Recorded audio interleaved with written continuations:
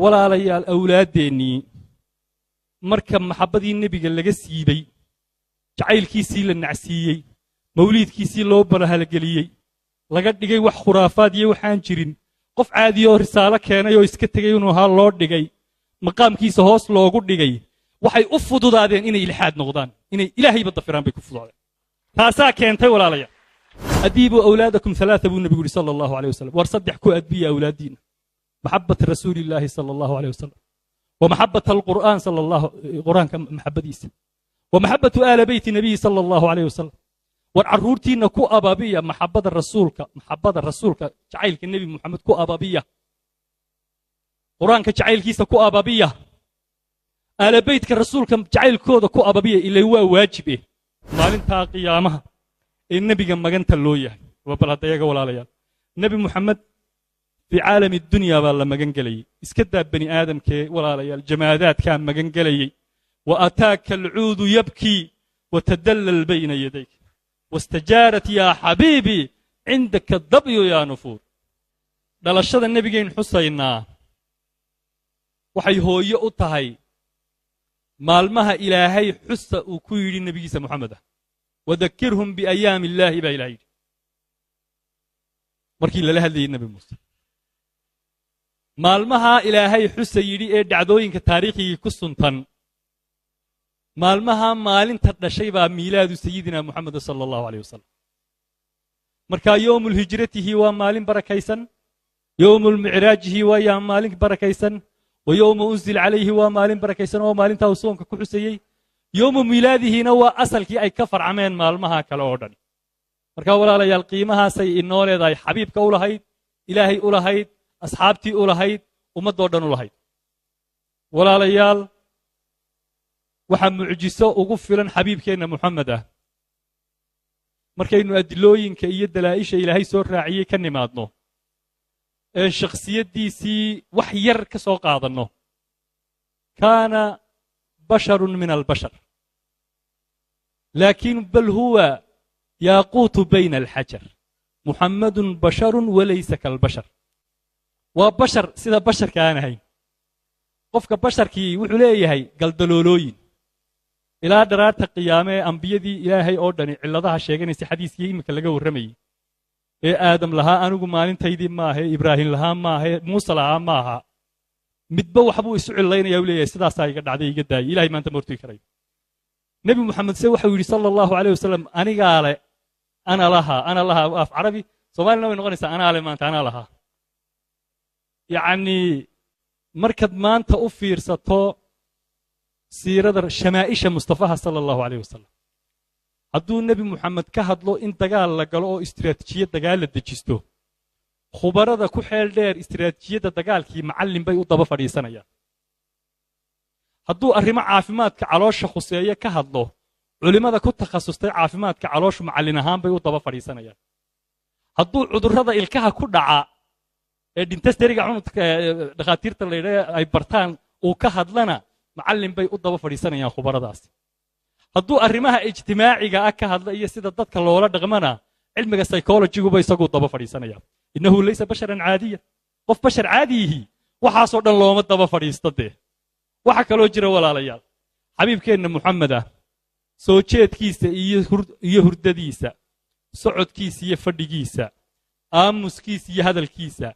intuba cibaaday noqonayeen wax lagu daysaday noqonayeen waa la baadhanay ilaa macaamilka uu ehelkiisa markay khaas isku yihiin la macaamilayo yaa la baadhayo la lahaa sidoo ula macaamili jiray sidoo u seexan jiray sidoo kuula ciyaari jiray sidoo u saqayn guriga markuu joogo muxuu qaban jiray bal ilmaade reeyal waxa ka warantaan qof bini aadam oo inta la daba gurayo waliba si daqiiqa loo baadhayo waxa uu sameeyay miyay jiraan mise ma jiraan yaa laga maqlay labada qof ee isku dhiibtay xadiiskaas miyay isa soo gaareen runlow ma ahaayeen amaanadiisa iyo xifdigiisa sidoo ahaa qofka hadalkan ka sheegay qofka qisadan warinaya qof yaani bani aadamka taariikhdiisa sida loo daba kacay oo noloshiisii oo dhan cibaado noqonayso oon ceeb laga helin walaalayaal bal ka warram ilaahay ku daarshay oon ceeb laga helin oo maanta sunnaha nabiga Muhammad ee mudaharada aan la lahayn alla ilaahay sunnaha nabiga waxa kamid ahaayo di caafimaadka uma fiicna ama nolosha uma fiicna ama waxana ka wanaagsan oo miyaad maqasheen caalim kasta oo cilmi ku xeel dheeraada markuu khulaasadiisa soo sameeyo bal waxaad barbar dhigtaan walaalayaal halka waxa xabiibkeenu ka taagnaa sallallahu alayhi wasallam hada mucjisatun inuu nabi ilaahay soo diray oo xaq yahay waxaan walaalayaal soo qaadanaya xadiiskii imika sheekh Khalid halkan inooga waramayay ee uu ka waramayay saxaabadu inay lahaayeen Muusa sidaa ahaa oo khaliilkii kaliimkii ilaahay ahaa Ibraahim ba khaliilkii anna waxaan ka yaabay usnaydi wallahi masaasaa tiraadeen ha waan idin maqlayay waa runtiin anna xabiibkii ilaahay baan ahay oo calankaygii hoos joogaan aadam iyo wixii ka sokeeyay maalinta qiyaama xadiis kale isna jira oo muslim soo saaray oo saxaabadu sidaas oo kale intay xaflad isugu eg ama dee hotel hall ilan dunidu way isbedelaysaa watan casriga la gelayo awalba maqaamkeenaynu ku akhrisanayna mawliidka nabiga oo imkaan halkan ku akhrisanaynaa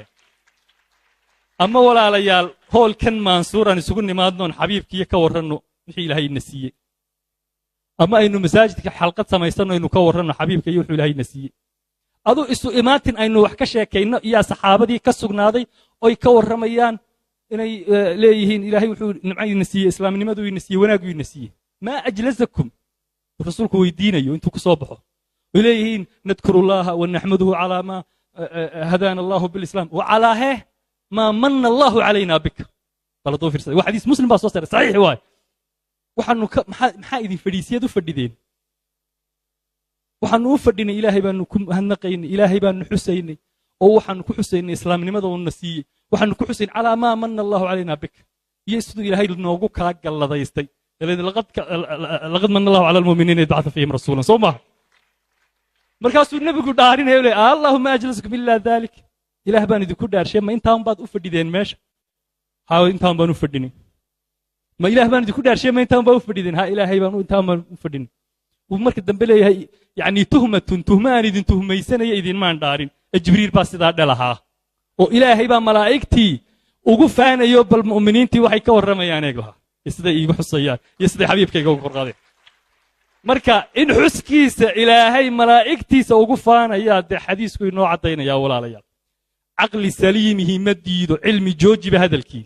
culimadii islaamka loo daba fadhiyay oo dhan baa jiidaysay xafladaha nabiga lagu xusay dhalashadiisu inay mashruuc tahay thawaabna lagu helayay ajri